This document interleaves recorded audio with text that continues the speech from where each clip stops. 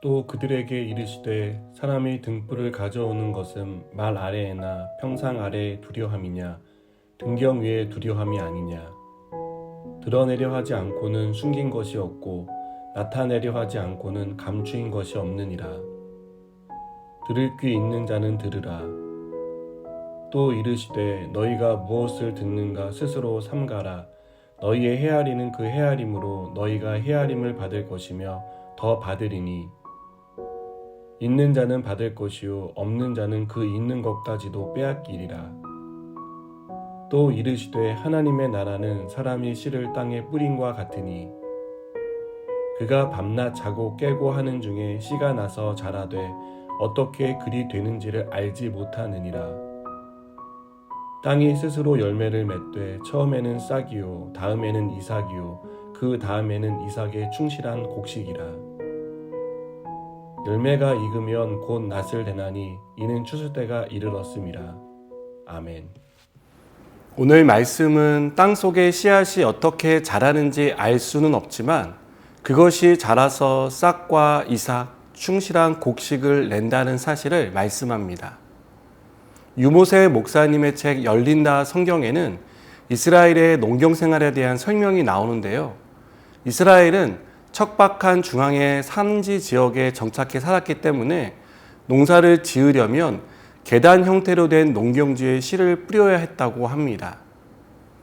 보통 우리나라의 밭은 네모 반듯해서 쟁기질을 하면 자로 잰 듯이 질서정연하지만 이스라엘은 척박한 땅을 뒤엎는 수준이라 질서정연하게 쟁기질을 하기가 어렵다고 합니다.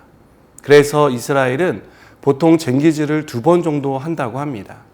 한 번은 씨를 뿌리기 전에 거친 땅을 뒤집어 엎기 위한 것이고, 두 번째는 씨를 뿌린 후에 씨앗이 흙으로 잘 덮이도록 하기 위한 것입니다.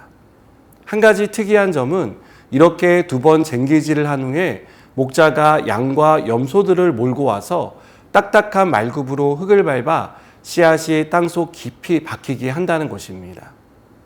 이렇게 씨 뿌리기가 끝나면 이후에 일어나는 과정은 농부의 손을 떠난 것과 다름없습니다.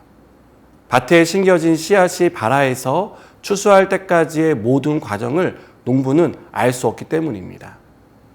씨앗이 성장해서 열매를 맺기까지 농부가 하는 일은 전무하다고 할 수 있습니다. 그렇다고 해서 씨앗이 스스로 노력하는 것도 아닙니다. 28절은 땅이 스스로 열매를 맺는다라고 말씀합니다. 즉 땅에 있는 양분이 씨앗에 흡수되고 씨앗을 성장하게 돕는다는 것입니다. 저는 우리의 믿음이 자라는 과정도 밭에 심겨진 씨앗과 같다고 생각합니다. 우리는 믿음이 성장하기 위해 많은 노력을 기울이지만 그 노력들 대부분은 수포로 돌아가는 것을 봅니다.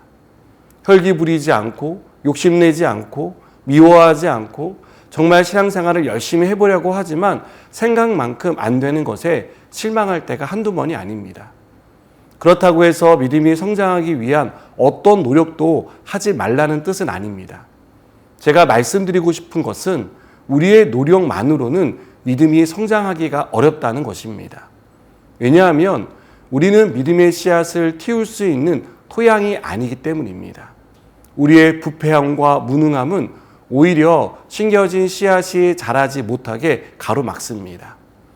우리 안에 심겨진 믿음의 씨앗이 자라기 위해서는 하나님의 은혜가 필요합니다. 우리가 하나님의 은혜 안에 있을 때, 그 토양 안에 있을 때 거기서 나오는 양분을 받아 자랄 수 있습니다. 하나님은 이른 비와 늦은 비를 통해 자라게 하시는 분입니다. 여러 어려움과 환난으로부터 보호해 주시는 분입니다.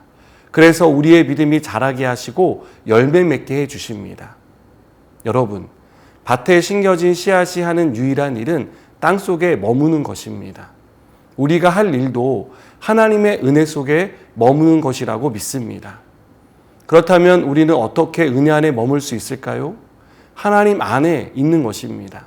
하나님 안에 있다는 것은 은혜 받는 자리에 있으라는 뜻입니다. 예배의 자리, 기도의 자리에 있어야 합니다. 말씀을 묵상하는 것도 하나님 안에 머무르는 방법 중에 하나입니다. 우리가 하나님 안에 이렇게 머무를 때 우리에게 변화가 일어납니다. 우리의 생각이 바뀌고 마음이 변합니다. 습관이 변하고 삶을 살아가는 태도도 변합니다. 그로 인해 우리가 끊지 못했던 악한 습관을 끊을 수 있게 됩니다. 인생이 변하는 역사가 나타납니다. 우리 삶이 변하는 포인트는 하나님의 은혜 안에 머물 때라는 사실을 꼭 기억하시기 바랍니다. 성령께서 우리를 깨닫게 해주실 때, 강하게 역사하셔서 회개하실 때 우리는 비로소 삶의 변화를 경험할 수 있습니다. 오늘도 하나님의 은혜를 사모하고 그 은혜 안에 머무는 삶을 살아가는 저 여러분 되기를 축복합니다. 기도하시겠습니다. 하나님 아버지, 우리가 하나님의 은혜 안에 살아가기 원합니다. 그 안에서 오는 온갖 좋은 것을 받으며 믿음이 성장할 수 있도록 도와주시옵소서. 예수님의 이름으로 기도드립니다. 아멘.